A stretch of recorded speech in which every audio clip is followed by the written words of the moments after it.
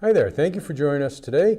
My name is Mike Hebert. I'm a state representative from Windham County. I represent Windham 1, which is the towns of Guilford and Vernon. And I'm here today with Dave Ainsworth, and he's running for Windsor Orange 1. Dave, I'm sorry, but you'll have to inform me what towns those are. It's towns of Royalton and Tunbridge. Okay, so Royalton and Tunbridge. Not certainly your urban center of Vermont. I guess while we're here, we're going to have this conversation. Can you just tell, I've met you before, so I know a little bit about you, but can you tell the viewers a bit about yourself, where you grew up, background, what you do for a living, that kind of stuff?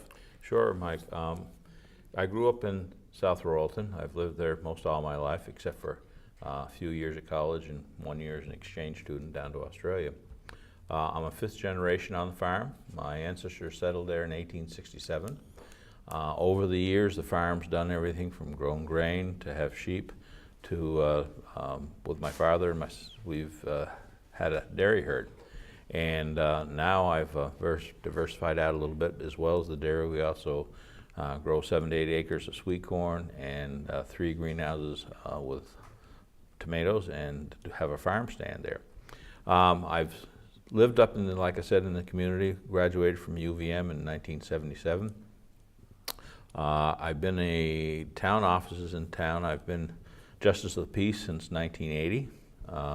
Was town moderator for 25 years. Just stepped down this last town meeting because I figured after 25 years it's time somebody else did it. I've also been a director for the Tunbridge World's Fair. Stepped down there at our annual meeting back in December this year, because I was going to have some surgery down the road, and I didn't know how soon or how many years it would be before that, and so I thought I should resign. I'd been on that board for, probably 20 years or so, was involved with the charge of entertainment there. I also served as library trustee for 27 some odd years, and currently I'm the Farm Bureau President of Windsor County and serve on the executive board of the State Farm Bureau. And I'm also on 2 other organizations. I'm the resolutions chairman of the committee for Agmark Cabot Co-op, and I'm also on the nominating committee, chairman of that for Yankee Farm Credit. So we have a little activity beside the farm. I do have one fellow that helps me out some on the farm. He did work with me back when I was in the legislature and continues to work with me, and so it gives me a chance to do these other activities. Okay. Now, you mentioned you were in the legislature before. It's always nice to meet somebody that's public service minded, and obviously you do a lot in your community. Why you choose to run this year? Why you want to get back? What do you think you'd like to? Well, I'm very frustrated, Mike, with the way the state legislature the last 6 years has continued to spend more and more money. I think one time I read somewhere around $500 million they've raised the budget in the last 6 years, and it bothers me.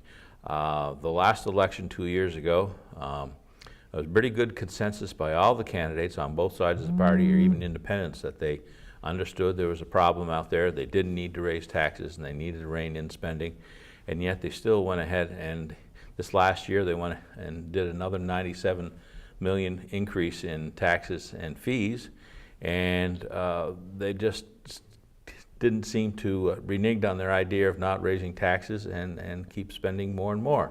I kind of liken it a little bit to the new kid going out to college and given a credit card by his parents, and he thinks that's great. They can go and spend all the money they want. Unfortunately, the bills don't come back to the kid, it comes back to the parents, or in this case, the taxpayers. And time and time again, I'm out in the community, and people just say, we can't afford it. I know of several people right in the community that say as soon as they get a chance, they're going to sell their property, if they can sell their property, and they're going somewhere else because it's just getting to be unaffordable to stay here.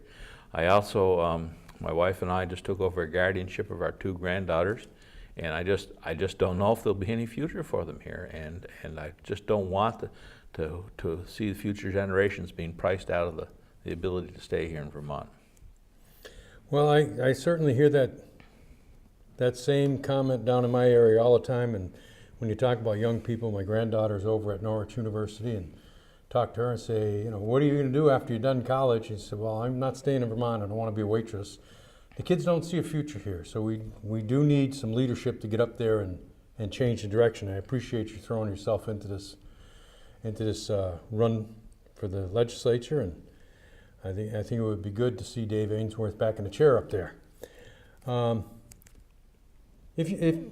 when you're elected, I'll be positive about this. I'd like to see that happen.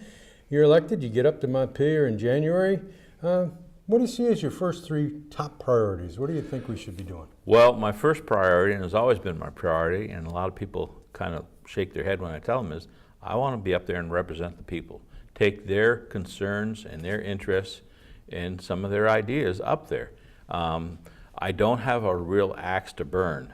Things that I'm really concerned about, one is this proposed carbon tax that they're talking about. Well, I won't say proposed. I've also heard through the grapevine that they've promised to do it next session because they didn't dare bring it up this last session. Figured it'd be a complete blowout of anybody getting reelected to this party that's been leading the state the last 6 years. But I really don't think we can afford this carbon tax. That scares the bejesus out of me. It'll drive what little businesses we have out of here. I mean, Vermont is so small, and yet we manufacture a lot of great things, but they all have to be shipped somewhere else and sold. And we're competing throughout the United States and throughout the world with these products. And if we keep raising the cost of manufacturing this on to these companies and individuals, then they can't. We price them out of the market that they're selling the stuff in. I also, again, like I said, I'm really concerned about this runaway spending. We cannot spend more than you take in. Over the years, running the farm, they always keep saying, you got to be more efficient. You got to be more efficient running the farm. Well, the state maybe needs to be more efficient. That there's always to say, well, we aren't a business. We shouldn't be. Well, you can't also be just this entity up there that has unlimited spending and unlimited ability. They have to rein in their spending. You cannot spend more than what's coming in revenues. And I do believe in the past they used to never spend more than initially budget more than 90% of what the budget was, so that they had that leeway. And then if they had extra money, then they could do these one-time capital improvements. And nowadays there's no money, and they're always budgeting right up to the nickel that they think they're going to take in, and then when they come short, oh gosh, we can't cut the programs, we've got to raise more money. When my grandfather was a legislator, when I was born, they only met every other year, and they did 2-year budgets, and they didn't have this constant budget adjustment thing to raise up more dollars, because they're running so tight at spending every little penny that they take in. And like I said, if it's not affordable, then we aren't going to have the kids remaining, and just be a grayer and older community until we're all 6 feet under looking up at the sod instead of down at it. And I don't think that's the future we want to have for Vermont. Yeah, there's nothing worse than laying there looking at roots. Anyway, interesting, you talk about carbon tax and running a farm and being more efficient. Now, as a man that's working the land and making your way, I know the farmers down in my area, none of them are getting rich, and it gets harder and harder every year for them just to keep their property. What would be the impact of a carbon tax on you if fuel costs per gallon of diesel or gasoline went up 88 cents and your bottled gas went up, and any fossil fuel you use went up? What would be on your farm? What would that do to you? It would be catastrophic. I'm a very small farm. We only run 50 milk cows. I crop about 130 to 40 acres, and but reason why I went to UVM was try to be as efficient. I knew to survive in the future, I was going to have to get the maximum allowable or successful yield off of every animal and every acre of land, because I wasn't going to try to expand. We just don't have the land base around our area. It's very small. But to raise the fuel costs, I mean, it isn't just going to be my own fuel costs to run my tractors and other equipment. It's going to be everybody that delivers things. My milk hauling costs will go up dramatically. My grain coming in, all the people delivering supplies to me will have to add that cost on, and it has a multiple effect. And it just cannot be, I mean, if they want to have something like that, it has to be on a national level. You can't just take it. We want to be first with a carbon tax. I'm not sure where this mantra of being first in the nation for this. Well, we are close to it. We're almost one of the most expensive states to live in. And that's not something I'd rather be proud of and say we are the most expensive. But unfortunately, they think they've got to be first on this. And it's just, I think it's a very foolish way to go. And it would be very detrimental. You'd lose the rest of the small farms. They're barely hanging on. I mean, I'm small enough I can do most of the farming myself, although in these later years it is nice. I feel very fortunate. I have one fellow that can help me out part-time, and if I didn't have that, I'd probably be already out of farming. But down the road, if I've got to have this extra cost, it'll be the end of it. Well, not only extra cost to you, but then any product that you want to put into the marketplace, you're going to have to raise your prices, and then you're less competitive. That's right. So, yeah, it's kind of the double-edged sword there. Now, another thing that's been proposed within the last couple of weeks by the Democratic candidate for governor is a sales tax on services. Now, as a farmer, you have stuff that gets repaired. I know as a farmer, you got to be pretty ingenious and fix a lot of stuff yourself, but you do purchase services. So again, what would that do? We sure do, and again, it's just extra added cost on it. Things just will not be affordable. I mean, right now the burden on businesses with workman's comp and the health care, that if they come around the way they want to, they had talked about having a tax on every employer by the amount of volume of salary that you're paying on. Yeah, the fees and workman's comp and unemployment insurance, or the bill, it's very hard. I mean, the basic price right now is like $70 an hour when something goes into the shop to be repaired. And the newer tractors, which I don't have, I'll have computers, so you can't even begin to try to fix them on the farm. You have to send them in because they have to be hooked up to the computer to be able to be figured out what's wrong with them. But that was the other thing that really scared me this year. When we had the primaries, we had 3 people running on the Democratic ticket for governor, and in one of the debates, all 3 of them had a new tax they wanted to have. I mean, they're not done coming up with taxes, and that just scares the bejesus out of me. And then none of them even dared mention the carbon tax. But again, what I've understood, they promised that they were going to do that carbon tax. If they've still got the majority up there, you will not possibly have a carbon tax. You will have a carbon tax. Right. Well, you know, the gubernatorial candidate for the Democrats likes the carbon tax. She likes the sales tax on services and a lot of other taxes. Phil Scott, on the other hand, doesn't. I think he's, being a businessman, got a more common sense approach, and he lives what you live as a businessman, small farmer. He's a small business operator. He understands what it is to be able to make a bottom line and try and survive. Moving down the line a little bit, Act 46, okay? You know, that's there to look at educational spending, and it was enacted a couple of years ago to consolidate school districts and bring up some efficiencies and things like that. And for those folks that decided that they were going to do a preferred model, as it was spoken of, they were going to get some rewards, and for those that didn't, they were going to get some penalties. But also, there were some tweaks made last year, very minor, didn't do anything, and now it's becoming a bigger problem every day. You know, we have issues of these consolidations, people losing local control, people losing school choice, people losing ownership of their buildings. There's a whole host of issues with this. I haven't had the conversation with you about Act 46 before, and this is an opportunity to ask you. Now, straight up, some people think it should be repealed, some people think it needs to be fixed. Personally, I think at the very minimum it needs to be greatly changed around, but for your area, what do you think of Act 46? Well, we have a kind of unique situation already in our area. We have 2 supervisory unions that have, one has vanished. the Windsor West, which was Bethel, Rochester, and a couple other small towns in that area.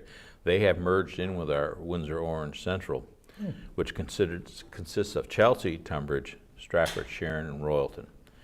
And the dust hasn't even, well, that has not been formally formalized yet. I mean, they're working at it, and I think there's I'm not sure what's the votes coming up on that or not. I haven't paid 100% of attention on this because of personal things this past year, but that's in the process of being worked out. I think what I've heard, and I haven't really, again, paid an awful lot of attention to Act 46, it's a little hard to keep track of everything that's going on in the legislature when you're not in there. But from what I understand, the initial act, which put caps on the growth of education spending and supposedly saved the ability for the 91 towns, I think it is, that has school choice, that probably has some merits. I don't know that the consolidation was going to be the great cost savings that they talked about. I think our biggest mistake we ever made was back when I think it was Act 60. There's so many acts, it's hard to remember all the different numbers, but the one where they took the dollars raised in town, given to the town clerk and kept in town, and then sent some to the state instead of everything being sent to the state was our first biggest mistake. Once the money got up into the state, it disappeared. Some came back to the towns. I mean, we were told, again, too many years of being in the moderator and watching all this going on, and they said, oh, the money will all come back and you'll get more money. You know, we're going to just tax those rich, wealthy towns. Well, I hate to tell you, but the tax rate has not gone down any tremendous amount. Oh, occasionally, once or twice, it goes down a little bit, but then there's other fees for going on in other programs. And the bulk of the money that's gone up there has disappeared because then it's gone out to other programs. Should it be totally repealed? Well, at one time I said, yeah, maybe it needs to be repealed. I think what we need to do is reduce some of the administrative mandates made by the state, try to work on getting reduction of also the mandates put on by the federal government, neither of which are totally funded, and it falls back onto the taxpayers. I can't tell you the number of people that I know. I know our delinquent taxes grows year after year after year, and the seniors on fixed incomes are just, you know, almost crying because they have to consider selling their property or something. They want to live in their house. Even the health care, they say it's cheaper to have them stay in their house and try to have services. But if they can't afford the taxes, how can they live in the houses? And it's just, we've got to slow down this growth. But I think we can reduce some of the regulations and maybe go back to actually allowing the school boards and the principals in the schools run the schools instead of being administrators filling out all the forms and getting all the applications back up to somebody of a higher level that supposedly superior in knowledge of what needs to be done in that school. I think the more you move the control away from the source of being controlled, the less knowledge there is and less real hands-on and fruitful work you can come up with. A little Thomas Jefferson in you, huh? Well, I don't know about all that, but I just... Well, it's interesting because you talked about you've already done some consolidation. Do the schools in your area have school choice? How is that impacting them? What does that work? In Royalton, we have K through 12. In Tunbridge, they have K through 8, and so they do have school choice. In fact, quite often people have moved into Tunbridge because they have the choice. They like the neighborhood, and so they come there because they can decide where their children want to go. And I think my opponent is basically against that. It's kind of hard to understand her when I have a tape of her in committee, and it's very hard to understand what she's trying to get at, but basically she was saying they aren't passing up their responsibility by not having a vote in their budgets of their children for all 12 years, and it seems to me that she's either at least against choice, let alone maybe even against them having a school in the town. And I really think the biggest thing with Act 46 is we do not, if you do some consolidation of administration, you do not want to move the children away from the small young children away from the town. You cannot start trying to bus them and ship them around. You got to leave them there. Other children, higher education, maybe they can do some other things with them in the high school level, but definitely the grade schools need to be in the towns. You must be hitting some kind of nerve because you got flickering lights and everything. I see that. Who are you talking to? You got some power. All right, so in general, Act 46, the prospect of repealing is very slight, but certainly some major changes. I do believe it needs to be changed. And then looking back to a little bit more local control, let people make decisions at home. Definitely need more local control. One of the things you look at is the Father Act 60 was the Father Act 46, Governor Shumlin. So Act 60 ain't worked out too well. I'm not sure where we're going with Act 46.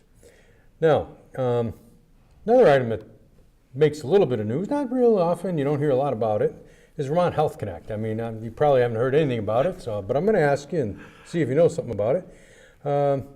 Ever since it was established, it's been problematic. There still seems to be some wrinkles they can't iron out. We've poured $175, $200 million into it. What do you think the legislature should be doing about this problem? Direction we should be heading? Should we scrap it? What the heck should we be doing? Spend an awful lot of money and we got nothing for it.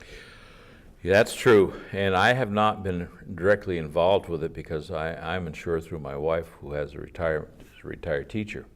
So, and not being in the legislature, I cannot again say that I know all the intricacies of the Health Connect, but it is not working. I understand that when we started out with this, that the federal government was giving us a big chunk of subsidy on this, but that does run out too, and that scares me even more so down the road. I sometimes almost wonder in this whole problem of controlling health costs if we aren't really got the horse by the tail instead of by the head. Because I get this kind of idea that the majority party up there, the one leading right now, seems to think that if they cut back on how much money they give to the hospitals, that's going to reduce costs. And I also forgot to mention previously that I'd been a hospital trustee up at Gifford Hospital for 9 years. And I really don't think that cutting back is going to reduce the costs at hospitals, because then you get this cost shift. I don't know if they know that word up in Montpelier, but they ought to, because that's what they've been generating, an awful lot of cost shift. And that's what's driven up the private insurance tremendously, the business insurance astronomical, and it's just crazy. I'm not sure if, again, being a small state, if we can really rein in the total cost. Again, I think this is something that has to be done on the federal level. But we certainly can try to help them, maybe reduce some of the regulations that they had. I know when I was up there, to show you one type of regulation that was, to my mind, totally irrelevant, was they wanted the hospitals to post at all accesses and updated weekly, I think it was, the number of people they had on shifts on all the different floors. I mean, Mike, it's like if I'm being wheeled in a wheelchair, I'm going to say, stop, honey, don't take me in because they're down 2 nurses tonight. I don't want to go to this hospital. But that was one of the requirements that they came up in their infinite wisdom they thought ought to be imposed upon the hospitals. And if that's just one example, I'm sure there's probably several others. Purpose? I'm not sure what the purpose was on that one. I kept scratching my head. Likewise, when they went to the electronic record system, they say we can do this, our own health insurance, because we're so small. But then they set up this foundation, I forgot the initials for it now, to help the towns, the schools, the hospitals set up their own computer systems. What they should have done was set them all down and say, you guys come up with one computer system that you're all going to follow, so that the records can go with the patient from wherever they have to go, from the doctor's office to the hospital to the major center up in Montpelier, Burlington, or to the Mary Hitchcock over here at Hanover, because that covers half of the state. And that's the other concern about it, is what regulation do we have over a hospital that's outside of our state? It covers half the state. So I think Vermont Health Connect certainly has a lot of problems. The actual solution of it, again, I'm not an expert at it. I need to study it a lot more, but certainly it's not going right. And eventually, like I said in here, as I understand, in a year or two, the whole cost of this thing is going to sit down on our taxpayers. And Well, that's part of the thing I look at as a problem, is we keep taking all this federal money, but eventually it goes away. You know, you take these grants for 3 years, but then what do? You still got to support that.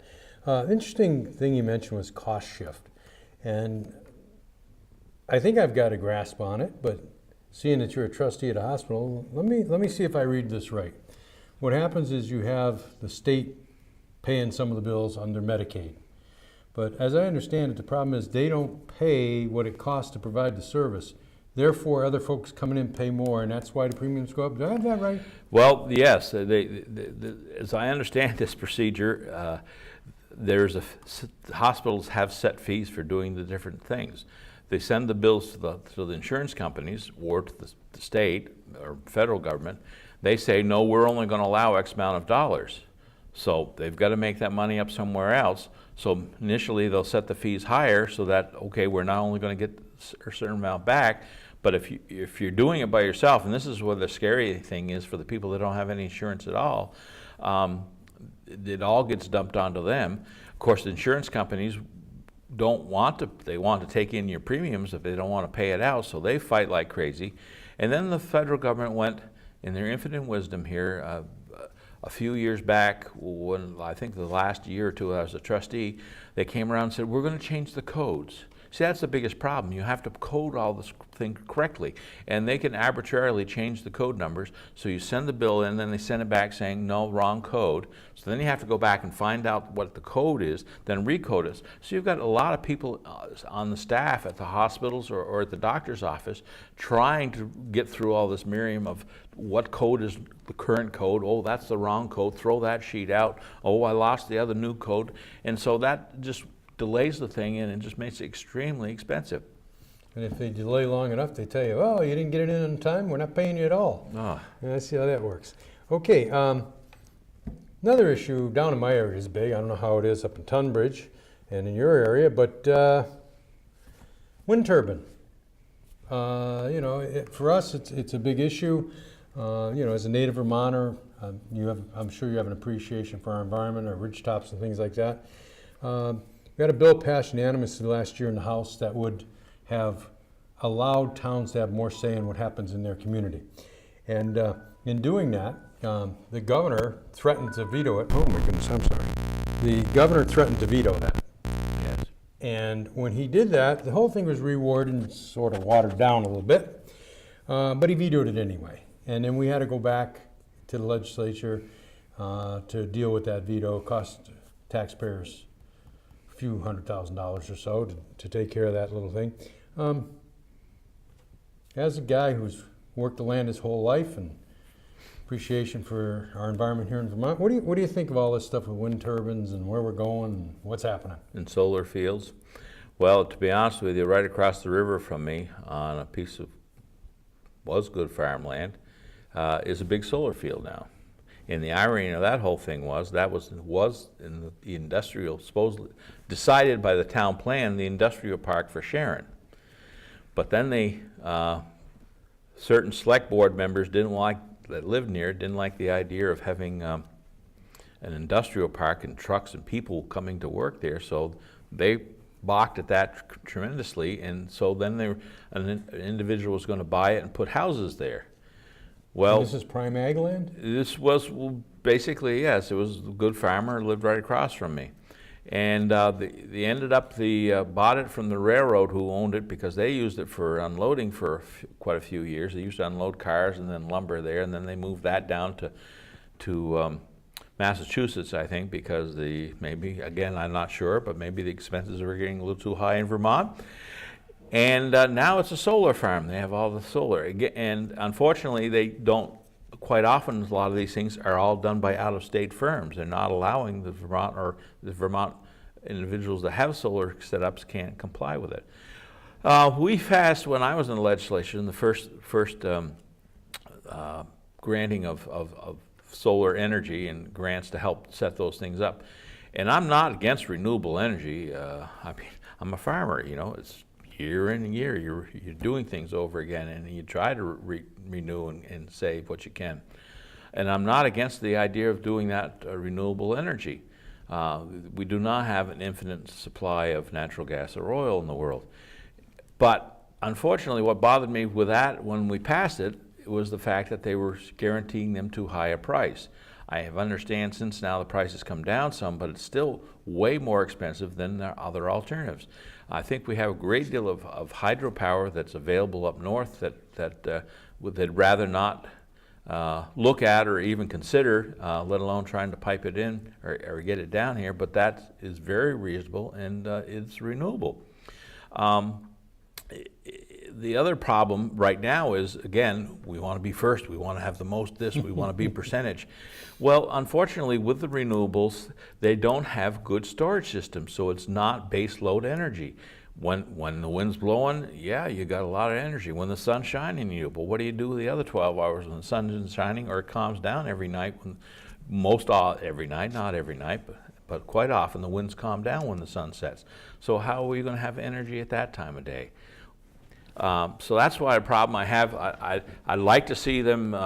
I see that Green Mountain has gone ahead and bought some more, or is in the process of buying some more hydro facilities, abilities in Vermont, existing ones.